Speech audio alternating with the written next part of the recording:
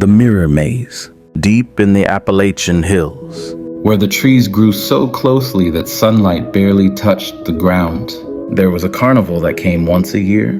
Its centerpiece was not the Ferris wheel or the carousel, but a peculiar attraction. The Mirror Maze of Midnight Secrets. Locals whispered about it, claiming it didn't just reflect you, it revealed your hidden fears. This year, Eli, a wandering artist fascinated by the eerie and unknown, decided to test the rumors.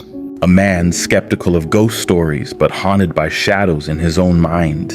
Eli was drawn to the maze like a moth to flame. The entry was innocuous, just a rusted archway wrapped in vines. But the air changed as soon as he stepped inside.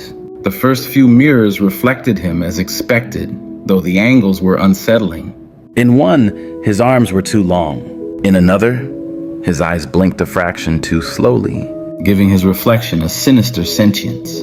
He chalked it up to tricks of light, but as he moved deeper, the reflections began to change in ways that couldn't be explained. In one mirror, his reflection wasn't mimicking him anymore. Instead, it tilted its head when he didn't. Its eyes darted toward the corridor ahead, as if urging him forward or warning him. He hesitated but pressed on. Around a bend, the air grew colder. The next set of mirrors didn't just show him. They showed versions of him. A hunched, older version of himself with hollow eyes stood in one. Another showed him young but feral, with dirt-streaked skin and an unsettling grin. Then came the mirror that stopped him in his tracks. This one wasn't just off, it was wrong. His reflection stood perfectly still as he moved, its eyes unblinking and too large for its face. The longer he stared, the more human it didn't feel. It was close, too close, but something in the proportions was subtly alien, a mockery of humanity. You fear what isn't you but could be, the reflection whispered, though its mouth didn't move. Eli stumbled backward, heart pounding.